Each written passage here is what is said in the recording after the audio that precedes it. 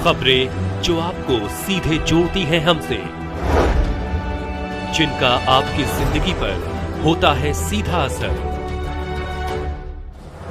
खबरों की वही तस्वीर,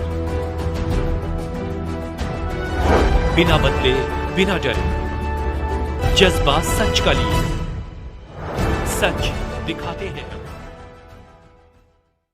5 राज्यों के चुनाव में बीजेपी शून्य पर आ जाएगी, पप्पू यादव।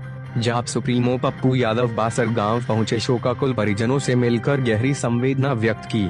डेंगू पीड़ित 3 परिवारों को किया 10,000 रुपए की आर्थिक मदद। पूर्णिया कटिहार बिहार। जाप सुप्रीमो पप्पू यादव का पूर्णिया कटिहार मधेपुरा सहरसा सुपौल का लगातार दौरा जारी है।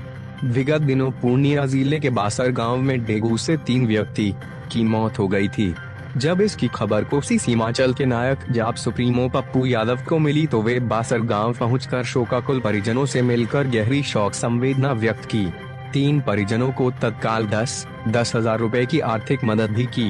एक डेंगू पीड़ित परिवार को 5,000 रुपए का आर्थिक सहयोग भी किया। डेंगू से बचाव के लिए मच्छरों से सावधान रहने की अपील की। वहीं जलालगढ़ प्रखंड स्थित कंगोदिया दलित टोला में विजय कुमार ऋषि सहित 3 परिवारों की मौत विभिन्न कारणों से हुई थी। उनके घर पहुंचकर शोक संवेदना व्यक्त करते हुए 10,000 रुपए की आर्थिक मदद की। दौरे के क्रम में कटिहार रेलवे सर्किट हाउस में प्रेस वार्ता की।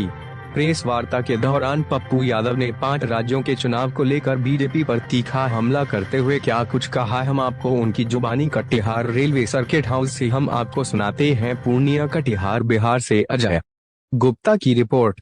गठबंधन में कांग्रेस की कोई दिलचस्पी नहीं। कांग्रेस अपना इंटरेस्ट सिर्फ 5 राज्यों में ही इलेक्शन में इंटरेस्ट दिखा रही है। क्या कहेंगे? क्या सबसे पहले तो देश का सबसे महत्वपूर्ण चुनाव ये 5 राज्य हैं।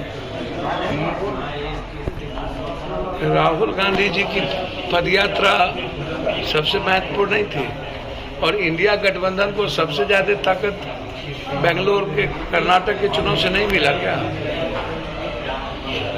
आज सवाल उठता ये है कि ये जो 5 राज्य के चुनाव हैं ये पूरी दुनिया देख रही है, जहाँ बीजेपी साम दाम दंड भेद ईडी सीडी हर चीज़ों का इस्तेमाल कर रही है। लगातार बीजेपी जिस तरीके से चुनाव को प्रभावित करने में लगी रहती है वो किसी से चुप नहीं है।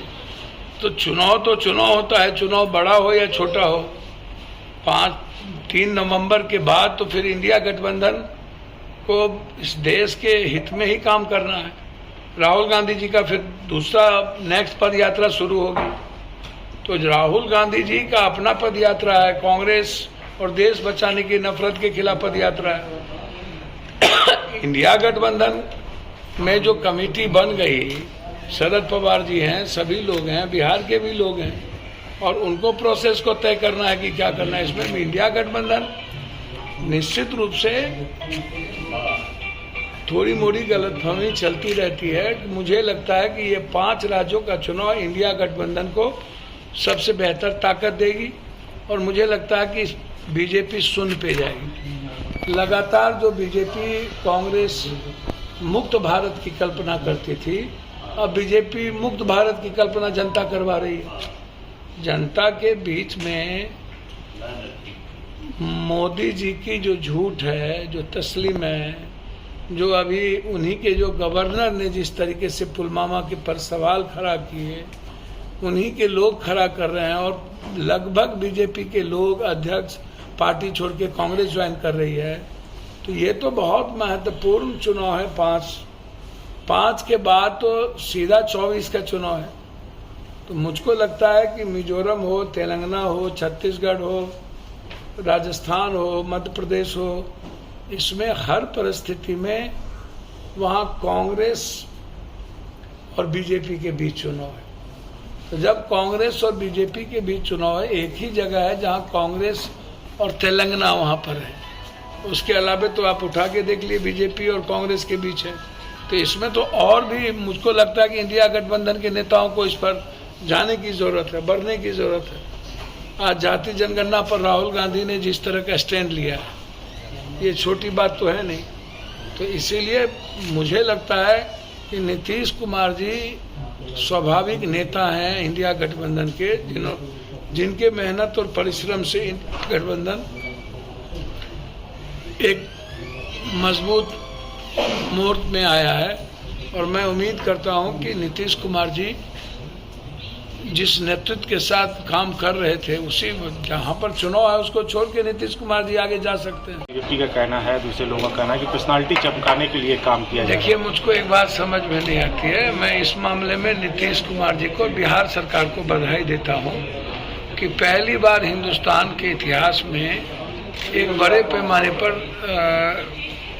बीपीएससी के तहत एग्जामिनेशन, सफल एग्जामिनेशन बिहार में लिया गया, जहां पर पहला एग्जामिनेशन है जहां पर एग्जामिनेशन होने के बाद क्वेश्चन जैसी बातें, लिकआउट में जैसी बातें नहीं आई, और जो बच्चे एग्जाम देने आए और अच्छे से चले गए एग्जामिनेशन, इसको मीडिया नहीं दिखाती है। मीडिया जो नरेंद्र मोदी जी कभी रोजगार और किसानों की बात नहीं किए, मीडिया नरेंद्र मोदी जी के कपड़े को, चेहरे को दिखाती है। मीडिया नहीं दिखाती है नीतीश कुमार जी का जो काम है, सरकार का जो काम है।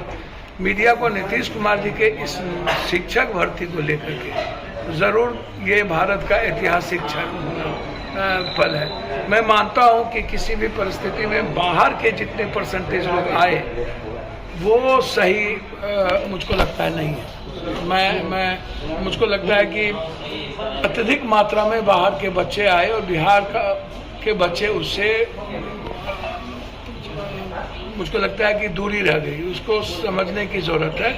और कुछ आरक्षण का मुद्दा जो इसमें पालन नहीं हुआ, मुझको लगता है कि कुछ चीज़ें जो बच्चे उठा रहे हैं, निश्चित रूप से जिस मुद्दों को, जिस पॉइंट को बच्चे उठा रहे हैं उस पर तवज्जो देने की भी जरूरत थी और उसको फ्यूचर में भी इंक्वायरी करने की जरूरत थी। लेकिन जो एग्जामिनेशन हुआ वो बहुत ही, देश में ये सबसे सफल एग्जामिनेशन था और मुझको लगता है कि ऐतिहासिक निर्णय था इस सरकार की, और आने वाले समय में सरकार को और भी ऐतिहासिक निर्णय नौकरी के सवाल पर, रोजगार के सवाल पर लेने की जरूरत है।